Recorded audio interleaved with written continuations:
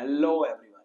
एक बार फिर से स्वागत है आप सभी का इंग्लिश के उस्ताद यूट्यूब चैनल पर, जहां पर मैं पंकज, आपका दोस्त, आपका भाई, आपका मेंटर, लेकर आया हूं आपके लिए English speaking and personality development की क्लासेस, ऑनलाइन फ्री लेक्चर्स आपके लिए। जी हाँ, जहां पर आप सीखते हैं A to Z, zero to hero English.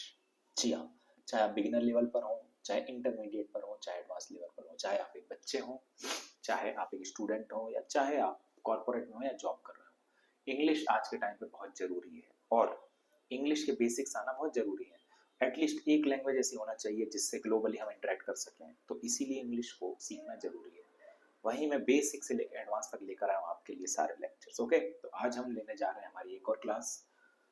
अगर आप चैनल से पहली बार जुड़े हैं तो पिछले वीडियोस देख लीजिएगा, जहां पे हमने प्रेजेंट टेंस कंप्लीट किया था, पास्ट कर लिया था। लास्ट वाली क्लास में मैंने सिंपल फ्यूचर टेंस भी लिया था। और आज हम स्टार्ट करने वाले हैं फ्यूचर कंटिन्यूअस टेंस से। आज है हमारी क्लास नंबर 19। ओके, तो चलिए आज के लेक्चर को शुरू करते हैं आज के positive thought of the day के साथ। क्या लिखा है यहाँ पर? तड़प होनी चाहिए कामयाबी के लिए। सोच और सपने तो हर कोई देख लेता है। जी हाँ, बिल्कुल, सपना तो कोई भी देख सकता है। उसको पूरा करने के लिए अंदर एक जुनून होना चाहिए, एक तड़प होनी चाहिए, मेहनत करने का एक जज्बा होना चाहिए। वही इंसान सफल होता है जिसने स्ट्रगल्स देखे हैं, जिसने पसीना बहाया है, जिसने तपन झेली है, और जिसने बहुत मेहनत करी है। वही लोग सफल होते हैं। आज जो आप इन्फ्लुएंसर्स को देखते हैं, सेलिब्रिटीज को देखते हैं, या किसी को भी सफल इंसान को देखते हैं, किसी की भी किस्मत अच्छी नहीं है, ये दिमाग से निकाल दीजिए। सबने मेहनत करी है अपने अपने लेवल पर, इसीलिए आज वो वहां पर है और आप उन्हें देख रहे हैं। आपको भी एक पर्टिकुलर लेवल तक लाइफ में पहुंचना है, तो मेहनत करनी सीखनी होगी। ओके, हिम्मत रखनी सीखनी होगी, और उम्मीद के साथ डेली मेहनत करनी होगी। तभी एक दिन आप सफलता की सीढ़ी पे चढ़कर अपनी मंजिल तक पहुंच पाएंगे। ओके, तो दिल में एक आग बनाए रखिए, मेहनत करते रहिए, एक दिन सफल जरूर होंगे। ओके, तो चलिए आगे बढ़ते हैं। आज हम सीखने जा रहे हैं फ्यूचर कंटिन्यूअस टेंस। ओके, वर्तमान में जो घटनाएं घट रही होंगी उनको हम आज देखने जा रहे हैं। Actions that will be ongoing in the future, वही लाइन यहाँ पर लिखी है। वो सो रहा होगा, वो जाग रहा होगा, वो होमवर्क कर रहा होगा, वो पढ़ रहा होगा, मूवी देख रहा होगा। ऐसे सारे सेंटेंस आते हैं फ्यूचर कंटिन्यूअस टेंस में। रहा होगा, रही होगी, रहे होंगे, वही यहाँ पर लिखा है। वो पढ़ रहा होगा, वो जा रही होगी, वो खेल रहे होंगे। ऐसे सेंटेंस जहां पे भी आपको देखने मिले तो समझ जाइए कि वो सेंटेंस है फ्यूचर कंटिन्यूअस टेंस के। ओके, तो चलिए कुछ पॉजिटिव सेंटेंस के साथ स्ट्रक्चर को देखते हैं। स्ट्रक्चर देखिए, सब्जेक्ट, वही स्ट्रक्चर है सिंपल फ्यूचर टेंस का, बस एक डिफरेंस आपको यहाँ देखने मिल रहा होगा। एक बी जुड़ जाएगा और वर्ब की फर्स्ट फॉर्म के साथ आईएनजी जुड़ जाएगा। तो स्ट्रक्चर क्या हो जाएगा? सब्जेक्ट, सब्जेक्ट के अकॉर्डिंग विल शैल, उसके बाद बी, वर्ब की फर्स्ट फॉर्म के साथ आईएनजी, और ऑब्जेक्ट। इस तरीके से आप करेंगे तो काम आपका हो जाएगा। चलिए कुछ सेंटेंस देखते हैं। वह पढ़ रहा होगा, ही विल बी रीडिंग, ये हो गया आपका सब्जेक्ट। सब्जेक्ट के अकॉर्डिंग आपका विल, उसके बाद बी, और ये वर्ब की फर्स्ट फॉर्म के साथ आईएनजी। वह पढ़ रहा होगा, ही विल बी रीडिंग। हम कॉलेज जा रहे होंगे, ये आपका सब्जेक्ट बी, बी है तो शैल लगेगा, वी शैल बी, वर्ब की first form plus ING, going to college. वह पढ़ रहा होगा, ही विल बी रीडिंग। हम कॉलेज जा रहे होंगे, we shall be going to college. हम मूवी देख रहे होंगे, we shall be watching the movie. Okay, चलिए कुछ नेगेटिव सेंटेंस देखते हैं। वही नेगेटिव सेंटेंस में वही स्ट्रक्चर वही है, बीच में आपका नॉट आ जाएगा। वही सब्जेक्ट, सब्जेक्ट के अकॉर्डिंग वही विल और शैल, देन नोट, उसके बाद बी, वर्ब की फर्स्ट फॉर्म प्लस आईएनजी, और ऑब्जेक्ट। ये हो जाएगा आपका स्ट्रक्चर।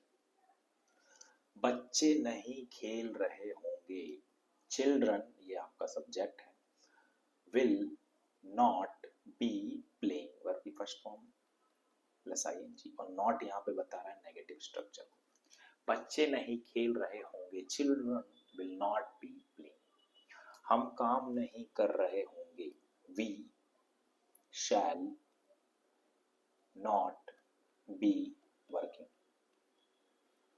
हम काम नहीं कर रहे होंगे, we shall not be working. बच्चे नहीं खेल रहे होंगे, children will not be playing. देखिए नीचे आपको एक चीज लिखी गई है, विल नॉट बी को आप शॉर्ट में वोंट बी लिख सकते हैं, इसका मतलब ये होता है will not B, won't be, will not B. Shell not B मतलब शैंट बी। यहाँ पे मैं फिर से लिख रहा हूं, अगर यहाँ पे ऐसा लिखा हुआ है शैंट बी, इसका मतलब क्या है, शैल नॉट बी। और अगर ऐसा लिखा है वोंट बी, इसका मतलब क्या हो जाएगा, विल नॉट। ओके, चलिए कुछ एंट्रोगेटिव को देख लेते हैं। एंट्रोगेटिव में वही शैल या विल आपका आगे आ जाएगा, उसके अकॉर्डिंग सब्जेक्ट, उसके बाद बी, देन वर्ब की फर्स्ट फॉर्म प्लस आईएनजी और आखिर में आपका ऑब्जेक्ट और फिर क्वेश्चन मार्क। ओके, क्या वहां सो रही होगी,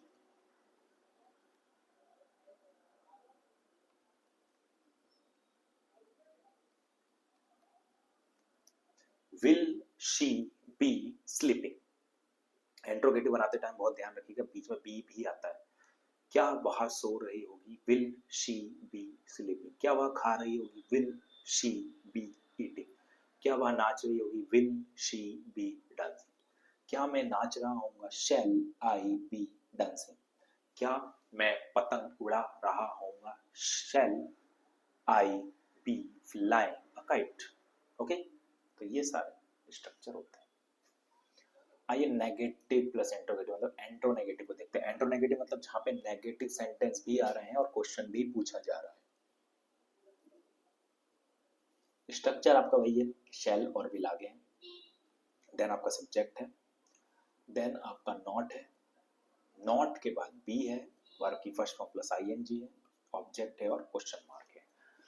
क्या राधा काम नहीं कर रही होगी,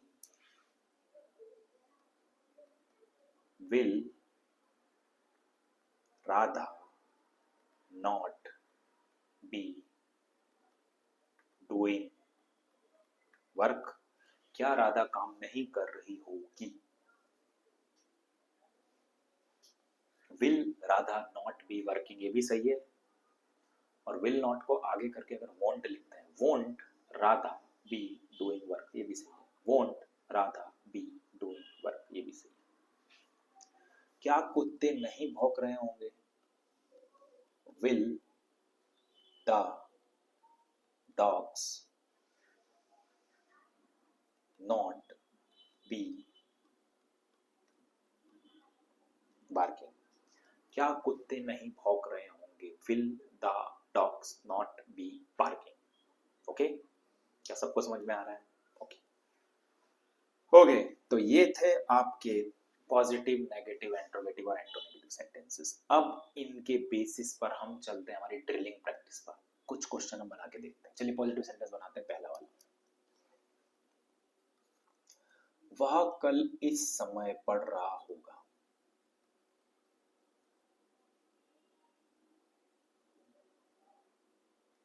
he will be studying, वह कल इस समय, okay, he will be studying tomorrow at this time। कहते हैं ना, कल तो तुम जा रहे होगे, ओके, कल तो तुम इस टाइम पढ़ रहे होगे। कल तो इस समय वह चाय बना रही होगी। ऐसे सेंटेंस आते हैं, वो इसके अंदर यूज होते हैं। ओके, फ्यूचर कंटिन्यूस के अंदर। दूसरा, हम शाम को क्रिकेट खेल रहे होंगे, we shall be playing cricket in the evening.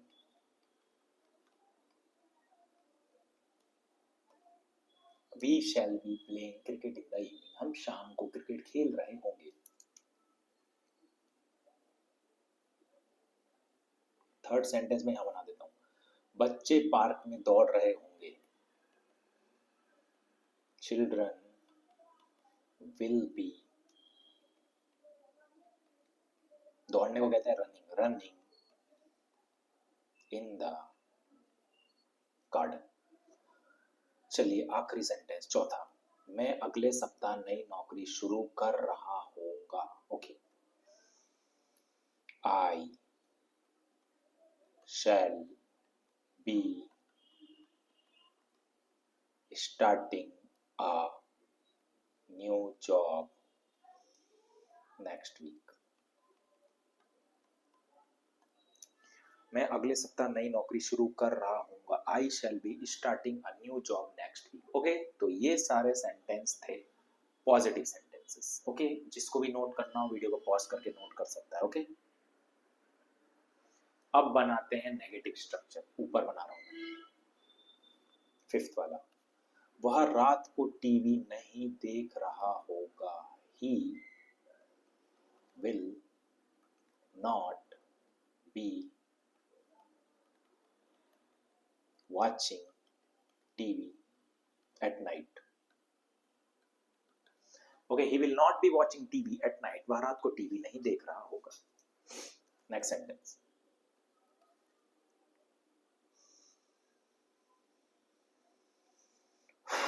हम अगले महीने यहां नहीं रह रहे होंगे।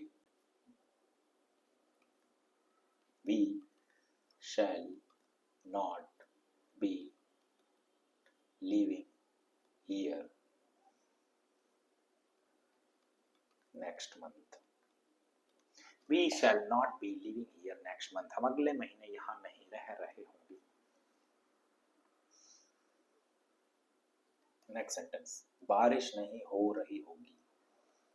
It will not be raining. Okay, बारिश एक नॉन लिविंग, इसलिए हमने उसके लिए इट लगाया। नॉन लिविंग ऑब्जेक्ट के लिए हम इट लगाते हैं। It will not B raining, बारिश नहीं हो रही होगी। चलिए एट्थ सेंटेंस, वे मैच नहीं खेल रहे होंगे। They will not be playing a match, वह मैच नहीं खेल रहे होंगे। तो ये सारे थे आपके negative structure. Is that clear to everyone? अगर समझ में आ रहा है तो वीडियो को लाइक कीजिए, और अभी तक अगर हमारे परिवार से, चैनल से नहीं जुड़े हैं तो वीडियो को सब्सक्राइब कर लीजिए, ताकि आपको आने वाले वीडियो की नोटिफिकेशन जल्द मिल जाए। चलिए कुछ इंट्रोगेटिव सेंटेंसेस बनाते हैं। नाइन्थ वाला, क्या तुम कल इस समय सो रहे होगे? Will you B sleeping tomorrow at this time? और आखिर में क्वेश्चन मार्क लगेगा, क्योंकि क्वेश्चन पूछा जा रहा है। क्या तुम कल इस समय सो रहे होगे? Will you B sleeping tomorrow at this time?